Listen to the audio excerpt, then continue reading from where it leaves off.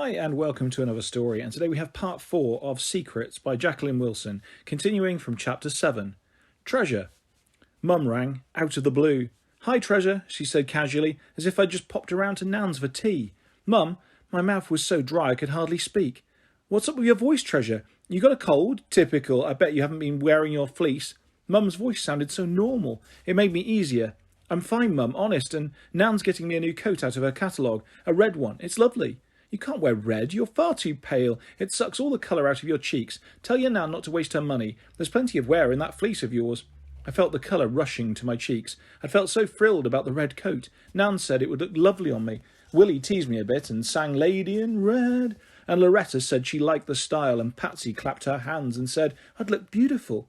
"It's already ordered, Mum," I said. "Anyway, are you okay?" "Of course I am. Well, Gary is driving me nuts. He hardly slept a wink last night, but I think the little what's-it's teething, so maybe he's got some excuse.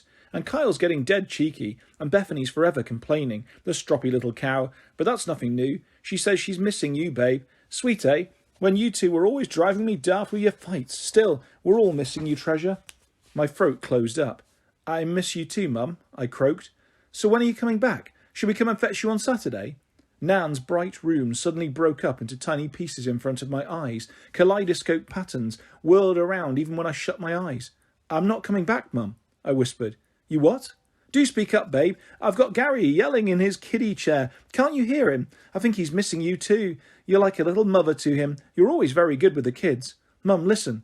I live with Nan now. You know I do. It was all fixed after Terry... You know."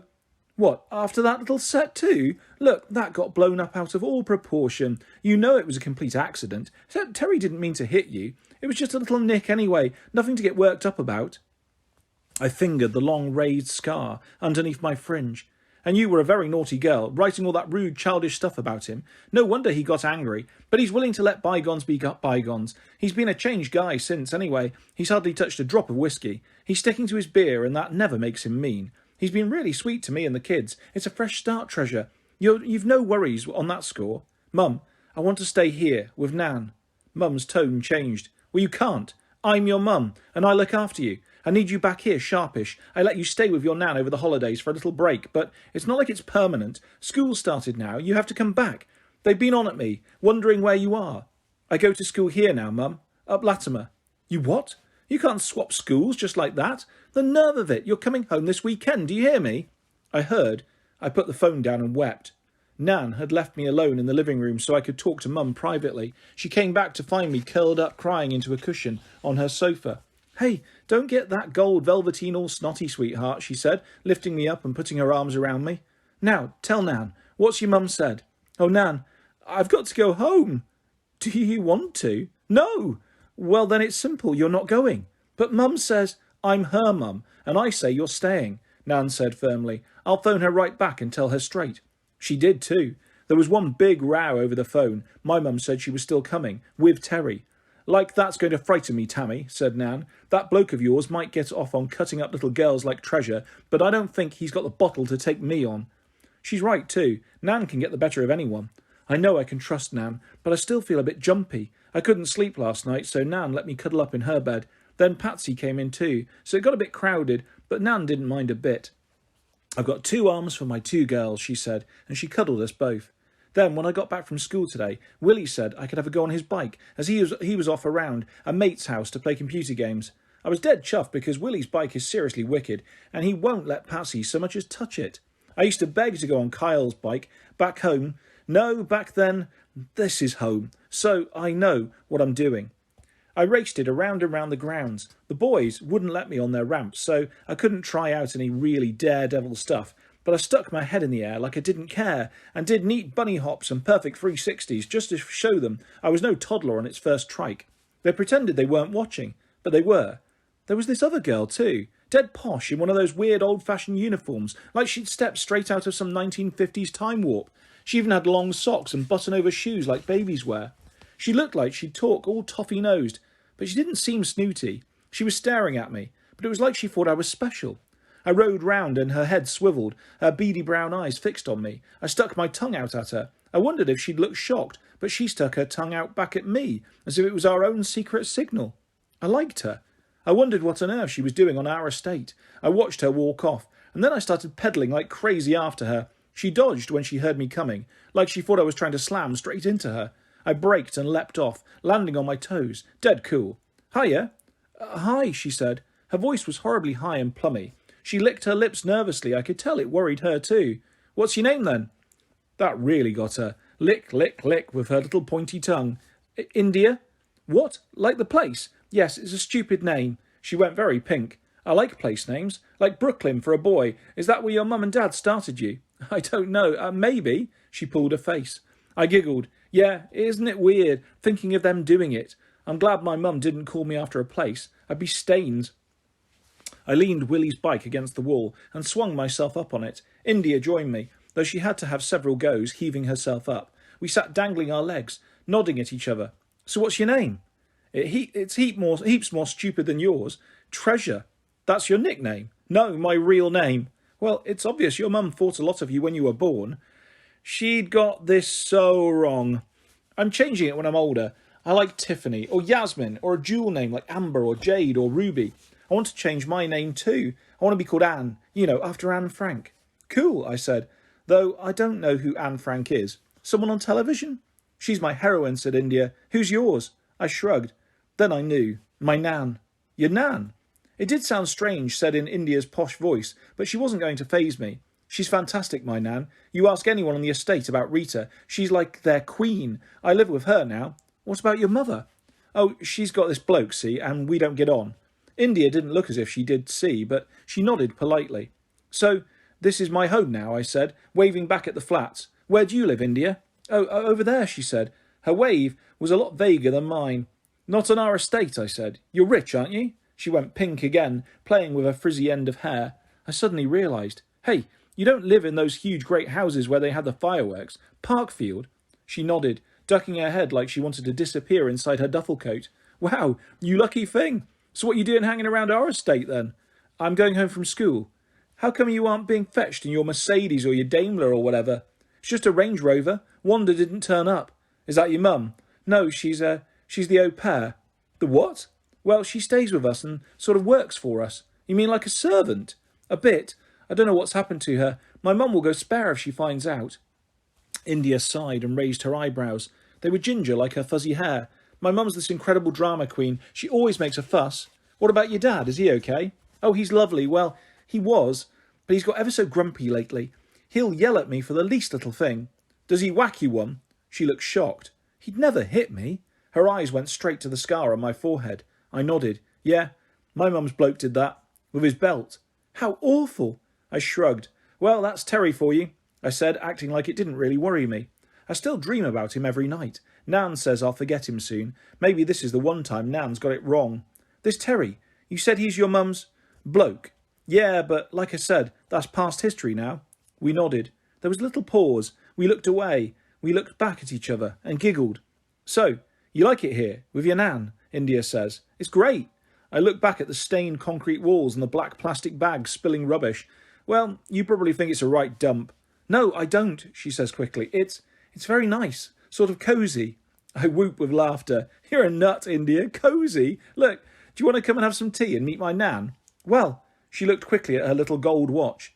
You got to get back home, I suppose. Yes, no. There's no one there apart from Mrs. Winslow and Wanda, and goodness knows where she is.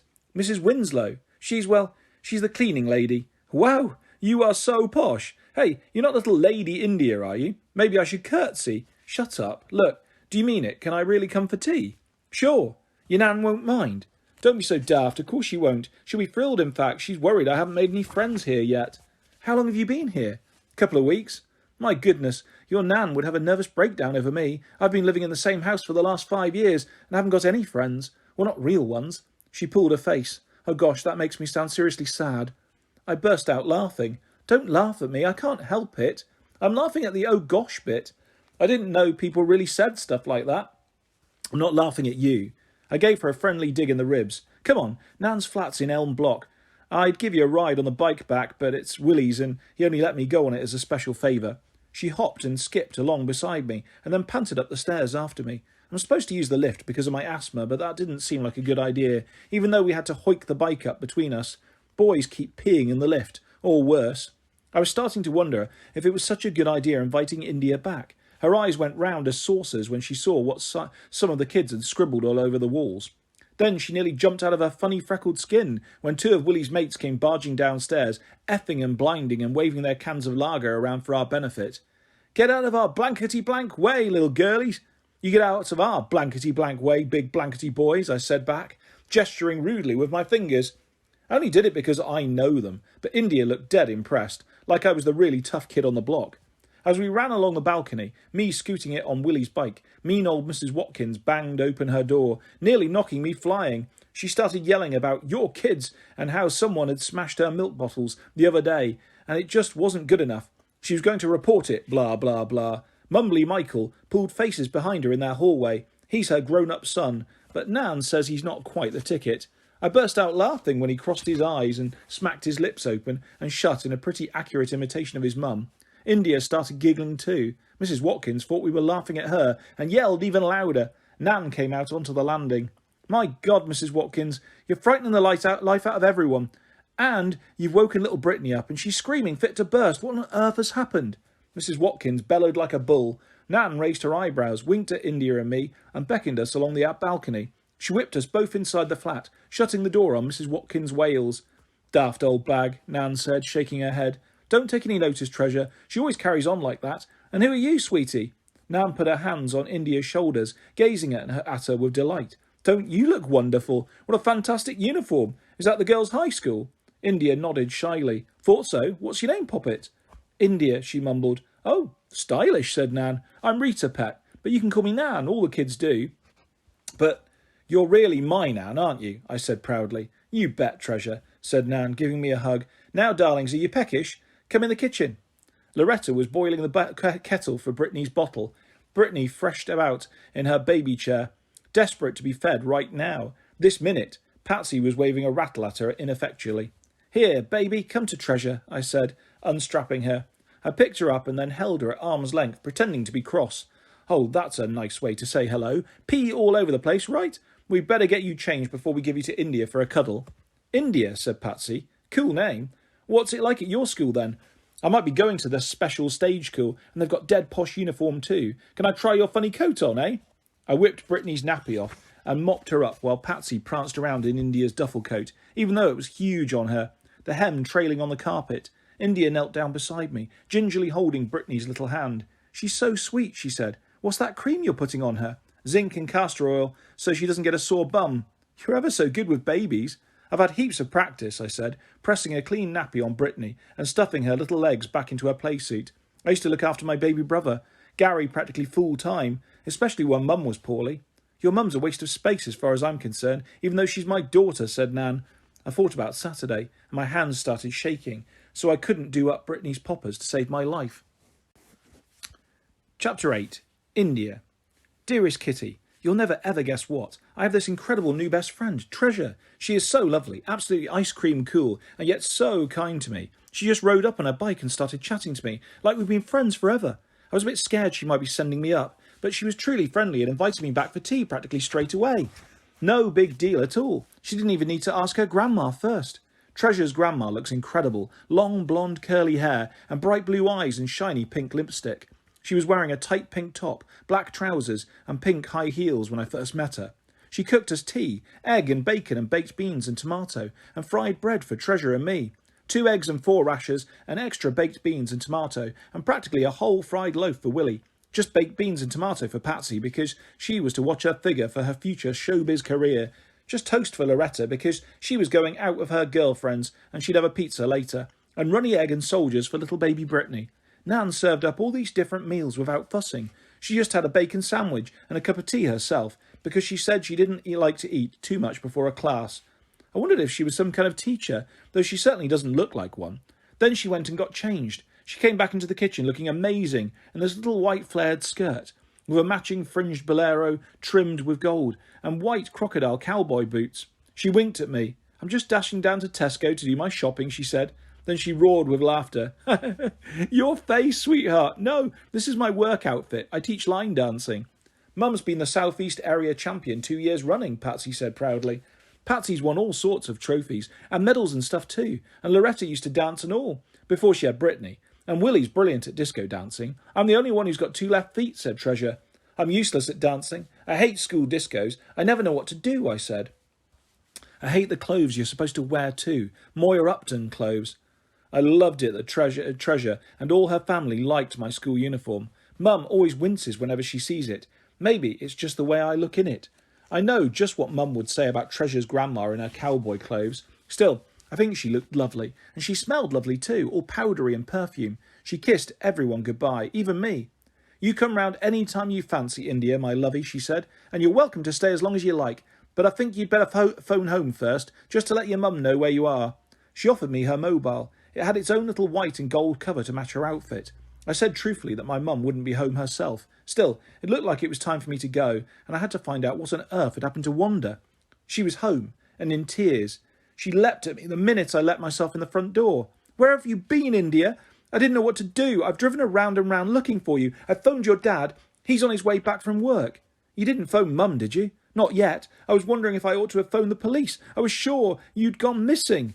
You were the one who went missing, I insisted, staring her straight in the eyes. She'd been crying so much her eyes were pink like a white rabbit. Did she care about me that much? What do you mean? She said, flustered. You weren't there when I came out of school. I waited and waited. I was there the usual time. Well, I might have been a minute late. The traffic was really bad. A minute? Do you think I'm daft, Wanda? I've got a watch. I waited 15 minutes. Don't tell your father that, please, Wanda begged. She didn't really mind about me one bit. She was just scared she was going to get into trouble and maybe lose her job. It's true enough, isn't it? I said. Maybe I was 5 minutes late, but I'm sure it couldn't have been more than that. I fell asleep. I wasn't even on my bed. I was sitting at the kitchen table, and I just nodded off. Mrs. Winslow just left me there. Can you imagine anyone so mean? She just doesn't like me. No one likes me. Wanda started crying again. I couldn't help feeling sorry for her. I put my arms around her. Oh, don't cry, Wanda. It's okay. Look, I like you. Your mother hates me. She said the most terrible things to me last night. She says I'm totally useless. She thinks I'm useless too. She thinks everyone is. Never mind her. Look, my dad likes you. Does he? Does he really? What has he said? Wanda was suddenly peering eagerly at me out of her long dark hair, tears still rolling down her cheeks. I felt hurt. She didn't seem to care one way or the other when I said I liked her. I took my arms away. Oh, I don't know. I'm not sure he's actually said anything, but of course he likes you. She looked so pathetically pleased I couldn't help adding spitefully, he's liked all our au pairs. That made her droop again. But maybe I won't tell him you were at least 15 minutes late, I said. Wanda looked hopeful. I promise I won't do it again, India. I was just so tired. I'm not sleeping properly at night. It's awful. I just toss and turn. She did look tired out. The dark smudges under her eyes weren't just her eye makeup. Yeah, okay. I'll make out I just waited a minute or two, right? Only maybe you can do something for me in return. You mean chocolate? Okay, said Wanda eagerly. No, I mean a bit more than chocolate. Actually, look, it's a little bit mad you're coming to meet me after school all the time. It's so babyish. And you've got other things to do, like sleep. India, I slept once. So why don't we have an arrangement? I'll come home from school by myself. I promise I'll always be home long before Dad or Mum gets back. Okay? No, of course it's not okay. What are you up to, India? Where did you go today? Well, this odd guy was waiting outside the school and he asked if I wanted to go off and buy some sweets with him. I burst out laughing at the expression on Wanda's face. Joke, Wanda. You didn't go off with any guy? Of course not. No. I went and played around at my friend's place. The word friend tasted like honey on my tongue. You've got a friend, India. I felt insulted, but I needed Wanda on my side, so I didn't overreact. Tell me all about her, Wanda said. She fixed me a cup of hot chocolate with extra whipped cream on top. I was still full from Rita's scrummy fry-up, but I can't ever resist hot chocolate. Wanda said she didn't fancy one herself. She was feeling a bit queasy. She kept me company while I licked and sipped and told her all about Treasure. I didn't tell her the truth, of course. Wanda isn't snobby like Mum and Dad, but she might get a bit fussed if she knew I had a friend on the Latimer estate. I called Treasure by her own favourite name, Tiffany, and I pretended she was in my class at school. I said she had a fantastic grandma. I turned her into an ex-ballet dancer who now works in the arts. I am very skilled at lying when I want to be. Wanda is lousy at it. Dad arrived home in a right state, but when he saw me, he hugged me tight as tight, even picking me up and whirling me round, like he did when I was little. It was so great to have him back being Dad again. I felt I could whirl right up in the ceiling and revolve around the trendy little lily light fittings all by myself. But then Dad sat me down and turned to Wanda. He asked her why the what's-it she hadn't met me from school. Wanda blushed a painful meat red and said she'd only been a little bit late. Maybe a minute, but it was obvious she was fibbing. I had to butt in quickly and tell Dad it was all my fault. I'd gone dashing off with this new friend of mine, and it had been very thoughtless of me, and I wouldn't ever worry poor Wanda again. Never mind Wanda. You're not to worry me. Oh, special exotic continent, Dad said. Another pet name he hasn't used for ages. Then we had the most beautiful time together, Dad and Wanda and me. We watched children's telly, Dad imitating half the people until we were in stitches. Then Dad said he was peckish and didn't want to wait for dinner, so he went out for pizza. Each! Wanda only ate a weeny slice of hers, so I ate the rest, gobbling quickly in case Mum came home early and created a drama about my mega-calorie consumption. But she came home even later than usual, long after I'd gone to bed, because there was some boring crisis about how her new baby range, the weeniest little brushed denim black and white striped dungarees, were black sweethearts and black pull-on booties and little black fleece jackets with hoods. I wanted Mum to give me an outfit for my old teddy Edwina, but she raised her eyebrows and sighed as if it was hugely embarrassing having a great lump of a daughter still playing with teddies, so I didn't pursue it, and Edwina's still in her bobbly pink cardie and a droopy yellow dress that clashes with her fur. It was great that Mum was late because Dad came to tuck me up when I went to bed. He was still in his lovely good mood. He gave me a kiss on each ear and one on my nose. He kissed Edwina's one ear and nose too, and then he cuddled us both and said, "Night-night, sleep tight, don't let the bears bite." And he made Edwina attack me with her little sewn smile. It's just like the old days. I'm so happy. Dad still loves me lots and lots. Wanda and I have our special secret pact, and I've got a best friend. It's not like the old days. Something's going on between Dad and Wanda. I woke up early this morning. I heard Mum slamming the front door. She always goes really early, fitting in a jog before work. I lay in bed having a happy doze with Edwina. I heard Wanda going downstairs, her teddy bear slippers going slop slop. She started talking to Dad down in the kitchen. I couldn't hear a word they were saying, but I could tell something was wrong. Wanda's voice went drone, drone, drone, and then Dad's voice went buzz, buzz, buzz. I wondered if Wanda had decided to come clean with Dad and tell him the truth about last night. I shot downstairs in my pyjamas to see if I could salvage the situation. They both jumped when they saw me. Wanda was in her pyjamas too, well, her vest top and shorts, with a little Miss Happiness motif. Wanda looked like little Miss Total Gloom and Despair, her eyes brimming with tears. "Please don't be cross with Wanda, Dad. It's all my fault," I said. Dad stared at me. Wanda stared at me. I realised they didn't have a clue what I was talking about. They seemed to be discussing something else entirely. It was so weird. Dad was angry and Wanda was upset, but I think they were holding hands. They sprang apart the moment they saw me, so I can't be sure. But whenever I replay that scene in my head, I see their hands, Dad's big pink fingers, clasping Wanda's white fists. Which means, I don't want to think about it. Dad and Wanda? He doesn't even like her. I know he doesn't. He doesn't seem to like me either now. He told me to go upstairs and put some clothes on at once, yet there was Wanda in her night things showing heaps more of herself than me. However, I tried very hard indeed not to let it get me down. I am determined not to care about Dad any more. I don't care about Wanda either. They can have as many secrets as they want. I've got my secret, my special new friend, Treasure.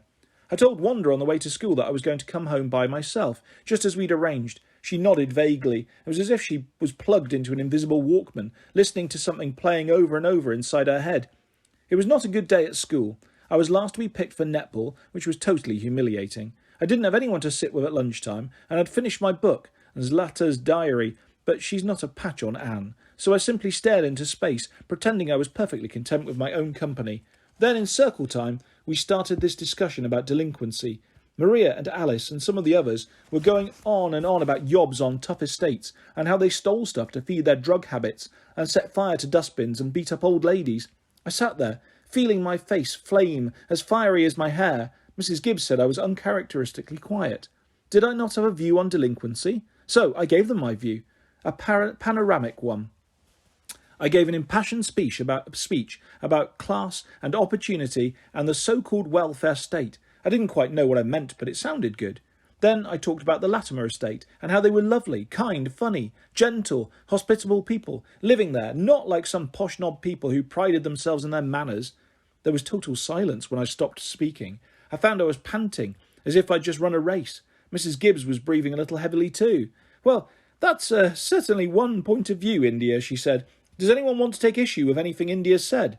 No one said another word. The discussion was over. I'd won, though I knew no one really agreed with me. I couldn't wait for school to be finished so I could rush right round to the Latimer estate. I shot out of school the moment the bell rang, just in case Wanda might be waiting after all. I started to slow down the nearer I got. I was barely putting one foot in front of the other by the time I got to Treasure's block. I was starting to worry that I'd got it all wrong. It was almost as if I'd made it all up before. I knew it wasn't one of my pretend games. I knew Treasure was real, but maybe I'd somehow remembered her nicer than she was. Maybe she'd turn out like Maria. Maybe she was secretly laughing at me. Maybe it was all an elaborate game, and when I set foot on her territory, the boys would barge into me on their skateboards, and Treasure would bunny hop over me on her bike. I looked all around the play area. I saw the skateboard guys swooping up and down, and several kids on bikes, but none of them was Treasure. I stood still, feeling foolish. "What are you doing here, posh girlie?" one of the boys yelled. Another skidded past me, so close I nearly popped the buttons on my school shoes. They all saw and laughed. I tried laughing too, but it just made them sneer more. "Run away home, posh girl, before we give you a good seeing to."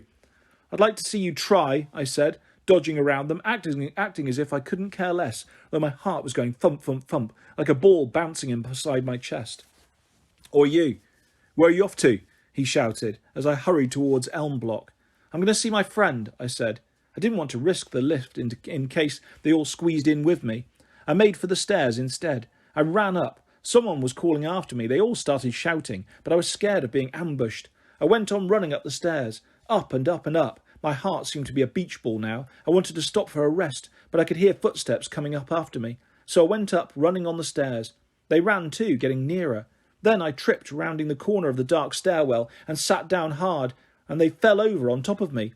And it was Treasure. She'd spotted me when the boys were cheeking me. She'd yelled, they'd yelled, just trying to be helpful. I couldn't call properly. I'm so out of breath. "Oh, help!" She really was wheezing, leaning hard against me as we sat there. "Shall I fetch your grandma?" No, I'm fine. Well, I will be in a minute. It's just my asthma. Let me have a little puff." She fumbled in her school bag, found her inhaler and used it. "There. It was just all that running. I've been charging all the way back from school. I was so worried I'd miss you." "I was scared I'd missed you. You said you'd be on your bike watching out for me." I know, but I was kept in. That teacher's such a pig. They're not supposed to keep you in without proper notice. She said she was just making me tidy up the classroom, but everyone had been painting and it took ages." "Why was she picking on you? Did you do badly in a test or something?" I was being sympathetic, but Treasure stood up indignantly. I was always top at my last school. Why do people always think I'm thick? They wanted to stick me in the bottom group here, but I wasn't having it." Okay, don't go all ratty, please," I begged. "I bet I'm cleverer than you are, even though you're so posh." "I'm sure you are," I said, though actually I'm nearly always top, and although I hate my school, it is ultra-academic and competitive. I'm clever, but I knew it. I knew it would be stupid to say this to Treasure. "So, what were you in trouble for?" I asked. I knocked over the girl's paint water, kind of accidentally on purpose. It splashed her painting, so she went wailing to the teacher, and then I was for it. "But why did you spill her paint water?" "Because she said stupid things about my nan and my nan's boyfriend, and she got on my nerves," said Treasure, and she spat vehemently down the stairwell. I very much hoped I'd never get on Treasure's nerves. It was as if she could read my mind. Her hand scrabbled in around my elbow, so we were linked together. "You're different, India," she said. She squeezed my arm tight. "I was scared you wouldn't come back." "I said I would, I promised." "I know, but I thought you might have just been messing around, slumming it for a day, seeing how the other half live." "I'm not like that." "I know you're not." "Treasure, are we friends?" "Of course we are. Even though we haven't known each other ages. I used to have this friend Miranda. I've known her since we were babies, and we were sort of best friends, but not like this.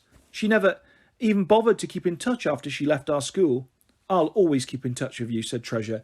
"Only I'm not leaving here. I'm staying here forever and ever and ever. You can be my best friend forever and ever too." And that is where we will leave part 4 of Secrets by Jacqueline Wilson. I'll be back soon with the next part of this fantastic story and lots more stories and videos coming your way very soon. If you'd like to subscribe or hit a like, that's always appreciated. Thanks for listening, guys. Take care. Bye-bye.